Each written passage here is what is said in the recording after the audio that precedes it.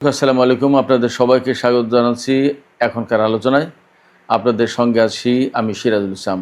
দর্শক, আজ পবিত্র শুক্রবার, জুমার দিন। আপনাদের সবাইকে জুমা মুবারক। দর্শক, অনেকগুলো গুরুত্বপূর্ণ খবর আছে। সবচেয়ে গুরুত্বপূর্ণ খবর হচ্ছে ইরানের সর্বোচ্চ নেতা নতুন করে যুদ্ধের নির্দেশ দিয়েছেন। তিনি বলেছেন, যদি ইরানের প্রয়োজন পূরণ না হয় তাহলে আবার মার্কিন বাহিনীর বিরুদ্ধে অভিযান শুরু করতে হবে। এবং এরই মধ্যে ইরাকের এরবিলের একটি হোটেলে অবস্থানরত মার্কিন সেনাদের উপর ইরান হামলা চালিয়েছে। এদিকে ইরানের সর্বোচ্চ নেতার একজন উপদেষ্টা তিনি বলেছেন, সর্বোচ্চ নেতা আমেরিকার বিরুদ্ধে যে অভিযান শুরুর নির্দেশ দিয়েছেন, ইরান এইভাবে অভিযান শুরু করলে বিশ্বের সামরিক শক্তির সমীকরণ বদলে যাবে। আসলে মধ্যপ্রাচ্যে কি হতে যাচ্ছে? তবে ইরানের পক্ষ থেকে মার্কিন বাহিনীর কোথায় কোথায় হামলা চালানো হবে তার একটা মোটামুটি টার্গেটের দিক নির্দেশনা দেওয়া হয়েছে। প্রধান টার্গেটের একটা বিষয় হবে মার্কিন যুদ্ধজাহাজ। এদিকে মার্কিন ভাইস প্রেসিডেন্ট জেডি ভ্যান্স বলেছেন, এই মুহূর্তে ইরানের পরমাণু কর্মসূচির চেয়ে বেশি গুরুত্ব দিচ্ছে মার্কিন প্রশাসন তেলের দাম কমানোকে। অর্থাৎ তাদের বক্তব্য এই মুহূর্তে ইরানের পরমাণু কর্মসূচি না, ইরান পরমাণু বোমা বানালো কিনা সেটা পরে ব্যাপার, আগে তেলের দাম কমানো। পরিস্থিতি কোথায়? আমেরিকা মারাত্মক গ্যাড়াকলে পড়ে গেছে। এদিকে আরেকটি ভিন্নধর্মী খবর আছে। তুরস্কের মাধ্যমে ইরান সিরিয়ার কাছে বার্তা পাঠিয়েছে, সিরিয়ার সামরিক বাহিনী যদি লেবাননের প্রতিরোধকামী সংগঠন হিজবুল্লাহর বিরুদ্ধে কোনো হামলা চালায় তাহলে সিরিয়ার প্রেসিডেন্টের প্রাসাদ সহ শত শত লক্ষ্যবস্তুতে ড্রোন এবং ক্ষেপণাস্ত্র হামলা চালাবে ইরান। এই বার্তার পর কি ঘটেছে আরেকটি খবর আমি আপনাদেরকে একটু জানিয়ে বিস্তারিত আলোচনায় চলে যাব। সেটি হচ্ছে সৌদি আরবের তাবুক অঞ্চলে কিং ফয়সাল এয়ারবেজ, সৌদি আরবের একটি বিমান ঘাঁটি আছে। সেই বিমান ঘাঁটিতে তুরস্ক F-16 বিমান মোতায়েনের প্রস্তুতি নিচ্ছে। এই ঘাঁটিটি ইসরায়েল সীমান্ত থেকে 200 কিলোমিটার দূরে। এদিকে আরেকটি গুরুত্বপূর্ণ খবর আছে। ইয়েমেনের হুতি সমর্থিত সামরিক বাহিনী সেখানকার কৌশলগত দিক দিয়ে অত্যন্ত গুরুত্বপূর্ণ বন্দর নগরী মোখা, এই মোখা শহরকে টার্গেট করে অভিযান শুরু করেছে। এই অভিযানের মূল লক্ষ্য হচ্ছে সৌদি সমর্থিত ইয়েমেনি বাহিনীকে বহিষ্কার করা। এপাশে হরমুজ প্রণালীতে কিন্তু সেই অচল অবস্থা একই অবস্থায় আছে। সুপ্রিয় দর্শক, এই বিষয়গুলো নিয়ে এখন আমি বিস্তারিত আলোচনা করব। আশা করি ভালো লাগবে আপনাদের। আর যদি ভিডিও ভালো লাগে, আলোচনা ভালো লাগে, তাহলে লাইক কমেন্ট শেয়ার করবেন এবং চ্যানেলটি সাবস্ক্রাইব করে সাথেই থাকবেন। দর্শক, চলুন আমরা বিস্তারিত আলোচনা করি। প্রথমেই যে আলোচনা করব সেটি হচ্ছে ইরানের সর্বোচ্চ নেতা সাইয়েদ মুজতবা খামেনি। তিনি বলেছেন, তিনি নির্দেশ দিয়েছেন যে ইরানের যদি প্রয়োজনটা ঠিক না পূরণ হয়ে থাকে, যে মাত্রায় মার্কিন বাহিনীকে দুর্বল করা দরকার বা তাদের বিরুদ্ধে যে মাত্রায় অভিযান পরিচালনা করা দরকার, সেই ডিমান্ড যদি ফুলফিল না হয় তাহলে নতুন করে মার্কিন বাহিনীর বিরুদ্ধে অভিযান চালাতে হবে। এটা তার পক্ষ থেকে একটা অর্ডার, নির্দেশ। এই নির্দেশনার মানে কিন্তু অ্যাকচুয়ালি আমেরিকার বিরুদ্ধে যুদ্ধ শুরু হয়ে যাওয়া।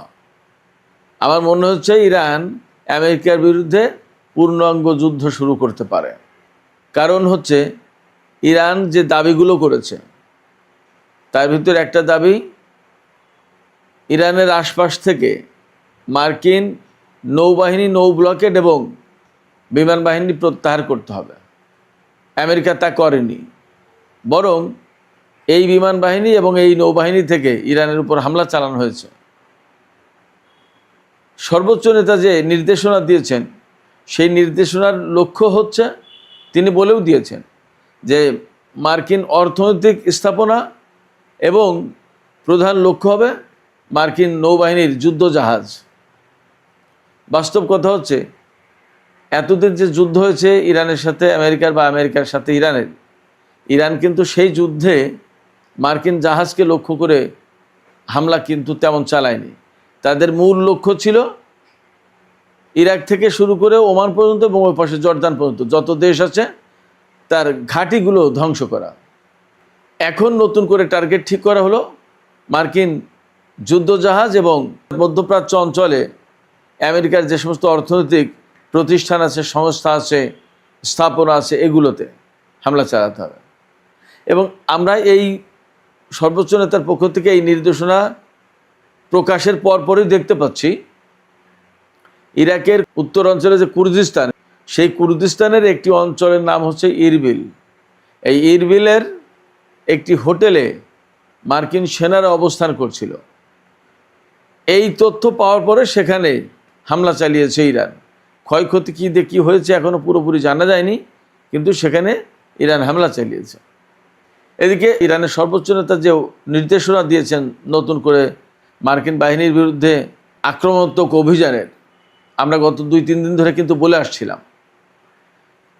এই নির্দেশনা সম্পর্কে তারই উপদেষ্টা, ব্যবস্থাপনা এবং অর্থনৈতিক বিষয়ক উপদেষ্টা মোহাম্মদ মোকবের একটা এক্স পোস্টে লিখেছেন যে সর্বোচ্চ নেতা যে নির্দেশনা দিয়েছেন এই অনুযায়ী যদি ইরান অভিযান শুরু করে, তাহলে এই যে ইরানের যে আক্রমণাত্মক অবস্থান, এই অবস্থানের কারণে বিশ্বের সামরিক শক্তির সমীকরণ বদলে যাবে। তিনি একদম জোরালো ভাষায় বলেছেন, ইরান পারস্য উপসাগরীয় নিরাপত্তা নিশ্চিত করবে, হরমুজ প্রণালী দিয়ে জাহাজ চলাচল নিশ্চিত করবে, নির্বিঘ্ন করবে এবং এই অঞ্চলের দেশগুলো তাতে শান্তি ও স্বস্তিতে থাকবে। তিনি বলেছেন হরমুজ প্রণালীর যে ব্যবস্থাপনা ইরান করতে যাচ্ছে, এই ব্যবস্থাপনার কারণে আঞ্চলিক দেশগুলোর উন্নতি, অগ্রগতি এবং স্বস্তি নিশ্চিত হবে। এদিকে ইরানের অবস্থা যখন এই, অর্থাৎ যথেষ্ট আক্রমণাত্মক অবস্থানে যাচ্ছে এবং এর মধ্যে আমরা দেখলাম যে ইরাকের এরবিলে মার্কিন অবস্থানে হামলা চালিয়েছে ইরান। এই সময় মার্কিন ভাইস প্রেসিডেন্ট জেডি ভ্যান্স বলছেন যে তাদের কাছে এই মুহূর্তেই ইরানের পরমাণু কর্মসূচির চেয়ে বেশি গুরুত্ব পাচ্ছে তেল এবং গ্যাসের দাম কমানো। তিনি বলছেন যে সমস্ত আমেরিকায় তেল এবং গ্যাসের দাম কমাতে পারাটাই এই মুহূর্তে আমাদের প্রধান লক্ষ্য। পরমাণু কর্মসূচি পরে, ইরানকে পরমাণু বোমা বানাতে দেওয়া হবে না, এই প্ল্যানটা আমাদের এখন সেকেন্ড। ফার্স্ট প্রায়োরিটি হচ্ছে তেলের দাম, গ্যাসের দাম কমানো। তার মানে ইরান খুব ভালো মতোই চেপে ধরেছে বোঝা যাচ্ছে। অর্থাৎ হরমুজ প্রণালী এবং বাবাল মান্দেব প্রণালী বন্ধ করে দেওয়ার পর আমেরিকার অবস্থা যথেষ্ট কঠিন হয়ে দাঁড়িয়েছে। ডোনাল্ড ট্রাম্প যে কথা বলেছিলেন সেই কথা যদি সত্য হয়, তাহলে আমেরিকার জ্বালানি রিজার্ভ একেবারে তলানিতে এসে ঠেকেছে এবং চলতে পারবে। হয়তো তাকে এখন কৌশলগত যে জ্বালানি রিজার্ভ আছে সেখান থেকে তুলতে হবে, কিন্তু সেটা কতটা সেটা একটা প্রশ্ন। সুপ্রিয় দর্শক, এপাশে ইরানের আরেকটি গুরুত্বপূর্ণ খবর আছে। খুব সম্প্রতি সিরিয়া লেবাননের হিজবুল্লাহর বিরুদ্ধে অভিযান চালাতে চেয়েছিল, সেরকম একটা প্রস্তুতি নিচ্ছিল এবং এই ব্যাপারে মার্কিন প্রেসিডেন্টের পক্ষ থেকে একটা চাপ ছিল। ডোনাল্ড ট্রাম্প বারবার বলছিলেন যে লেবাননে ইসরায়েল যুক্ত না হয়ে এই কাজটা সিরিয়ার সরকার করতে পারে এবং সিরিয়ার সরকারকে উস্কানি এবং চাপ সবই দেয়া হচ্ছিল। সিরিয়ার সরকার সেইভাবে প্রস্তুতিও নিচ্ছিল, কিন্তু ইরানের পক্ষ থেকে তুরস্কের মাধ্যমে সিরিয়ার আহমেদ আল সারা বা জোলানি সরকারকে মেসেজ দেওয়া হয়েছে যে যদি সিরিয়ার বাহিনী লেবাননে হিজবুল্লাহর বিরুদ্ধে কোনো অভিযান চালায়, তাহলে সিরিয়ার প্রেসিডেন্টের প্রাসাদ সহ শত শত লক্ষ্যবস্তুকে একেবারে ধ্বংস করে দেওয়া হবে ব্যালিস্টিক ক্ষেপণাস্ত্র এবং ড্রোন মেরে। এই বার্তা তুরস্কের মাধ্যমে সিরিয়াকে দেওয়ার পর সিরিয়া কিন্তু আর লেবাননে অভিযান চালায়নি। তার মানে ইরানের এই ক্ষেপণাস্ত্র এবং ড্রোন শক্তির ভয় সিরিয়া ভালোই পেয়েছে এবং ইরানের এই সামরিক শক্ত অবস্থান সিরিয়াকে নতুন করে ভাবতে বাধ্য করেছে। মার্কিন সমর্থন থাকার পরেও তারা এই কাজটা করতে দেয়নি। হয়তো তুরস্ক তাকে সেইভাবেই বলেছে, হয়তো বলেছে যে ইরানের সাথে বাড়াবাড়ি করতে যেও না, বাড়াবাড়ি করতে গিয়ে আমেরিকা এবং ইসরায়েলের কী পরিস্থিতি তা তো দেখছই। আমেরিকা কিন্তু মধ্যপ্রাচ্যের কোনো দেশের ঘাঁটি কোনো কিছুকে নিরাপত্তা দিতে পারছে না। হয়তো তুরস্কের এই বুদ্ধি পরামর্শের কারণে জোলানি সরকার থেমেছেন। একটি পরিসংখ্যান দেখলাম, পরিসংখ্যানটা চমৎকার। ইরান এবং আমেরিকার মধ্যে যে যুদ্ধ হয়েছে, সেই যুদ্ধে আমেরিকার MQ-9 রিপার যে ড্রোন, এই ড্রোনের টোটাল যে মজুদ ছিল তার 25% শেষ এই যুদ্ধে। অর্থাৎ ড্রোন ইরানের আকাশে পাঠালে সেটা একেবারে ধ্বংস করে দিয়েছে, সাথে সাথে ইরান কোনো রক্ষে নেই। ইসরায়েলেরও প্রচুর পরিমাণে ড্রোন ইরানের আকাশ থেকে ধ্বংস হয়েছে, আর আমেরিকার অনেকগুলো বিমান তো গেছে, সেটা তো সবাই জানেন কম বেশি। এদিকে ইসরায়েলের গোয়েন্দা সংস্থা এবং সামরিক বাহিনী খুব অবাক হয়েছে। কেন অবাক হয়েছে? এই যে যুদ্ধটা, এই যুদ্ধের পরে ইরান তাদের অস্ত্র এবং ক্ষেপণাস্ত্র এবং ড্রোন যে এত পরিমাণে উৎপাদন করেছে, ইসরায়েলের সামরিক বাহিনীর কাছে খবর আছে যে ইরানের আগে যে পরিমাণ অস্ত্র ছিল প্রায় সেই জায়গায় পৌঁছে গেছে, প্রায় সেই জায়গায়। আর 2027 সালের ভেতরে ইরানের হাতে ব্যালিস্টিক ক্ষেপণাস্ত্রের পরিমাণ কত হবে জানেন? ইসরায়েলি গোয়েন্দা সংস্থার তথ্য হচ্ছে 2027 সালের মাঝামাঝি ইরানের হাতে এত পরিমাণে ব্যালিস্টিক ক্ষেপণাস্ত্র হবে, যে পরিমাণে ব্যালিস্টিক ক্ষেপণাস্ত্র 2025 সালে অর্থাৎ গত বছরের জুন মাসে যে যুদ্ধ হলো, 12 দিনের যুদ্ধ, এই যুদ্ধ শুরুর আগে ইরানের হাতে যত ছিল সেই পরিমাণে, অর্থাৎ 2-3টা যুদ্ধে যে পরিমাণে খরচ হয়েছে ইরানের ব্যালিস্টিক ক্ষেপণাস্ত্র বা আধার তো সমস্ত সব কিছু ফুলফিল হয়ে আগের অবস্থায় চলে যাবে আগামী 6 মাসের ভেতরে। চিন্তা করেন ইরান কি পরিমাণে অস্ত্র এবং সামরিক সক্ষমতা অর্জন করেছে। সুপ্রিয় দর্শক, বাবার মানদেব প্রণালী লোহিত সাগরের দিকে কিন্তু খুব একটা শান্ত নেই, এদিকেও যুদ্ধ পরিস্থিতি যথেষ্ট নাজুক। ইয়েমেনের একটা বন্দর নগরীর নাম হচ্ছে বোখা, লোহিত সাগরের তীরে এই বন্দর নগরী অবস্থিত। এই বন্দর নগরীতে সৌদি সমর্থিত বাহিনীর একটা ভালো অবস্থান আছে। এই বাহিনীকে এই শহর থেকে বের করে বহিষ্কার করার জন্য ইয়েমেনের হুতি সমর্থিত সামরিক বাহিনী অভিযান শুরু করেছে, এমন খবর দেখা যাচ্ছে। এই অভিযানের লক্ষ্য হচ্ছে যে সৌদি আরব সমর্থন দেয় যেটা ইয়েমেনের কথিত আন্তর্জাতিক স্বীকৃত সরকারের সামরিক বাহিনী, সেই সামরিক বাহিনীকে বহিষ্কার করবে এখান থেকে। তার মানে বড় রকমের অভিযান শুরু হয়েছে এবং এরই মধ্যে খবর পাওয়া গেছে যে এই শহর মুক্ত করার পথে বেশ কয়েকটা গুরুত্বপূর্ণ পয়েন্ট এবং গুরুত্বপূর্ণ জায়গা অবমুক্ত করেছে হুতি বাহিনী। তার মানে হুতিরা যা করছে, যা দেখা যাচ্ছে, বোঝা যাচ্ছে যে সৌদি আরব যে 15 জাতির জোট গঠন করলো, সেই জোট গঠন হয়ে কার্যকর হওয়ার আগে হুতিরা একটা শক্ত অবস্থানে চলে যাবে, কৌশলগত গুরুত্বপূর্ণ অবস্থানগুলো তাদের নিয়ন্ত্রণে নেবে।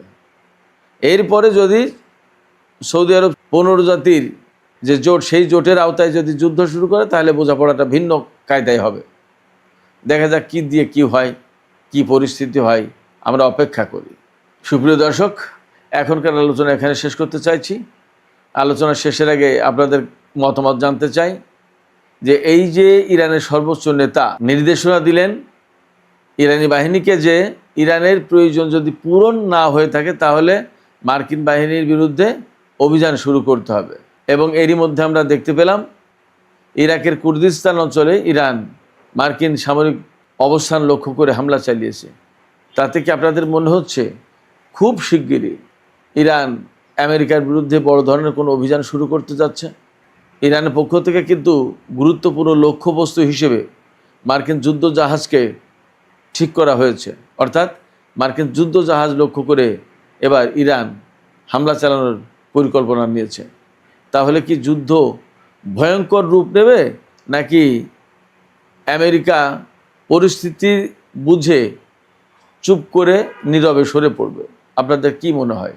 আপনাদের মতামত জানিয়ে কমেন্টে লিখুন, আর ভিডিও ভালো লাগলে লাইক, কমেন্ট, শেয়ার করবেন এবং চ্যানেলটি সাবস্ক্রাইব করে সাথেই থাকবেন।